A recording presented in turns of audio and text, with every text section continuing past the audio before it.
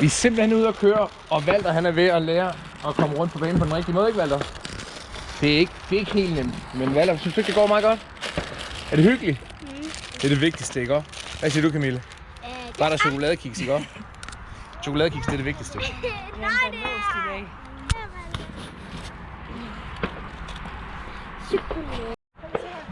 I mangel på bedre, så er Nadja her i gang med at forklare Walter, hvordan man gør, og hvordan man finder ideallinjen.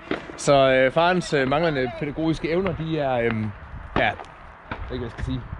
Så nu har vi simpelthen sat kryds på vejen her, så man kan følge med.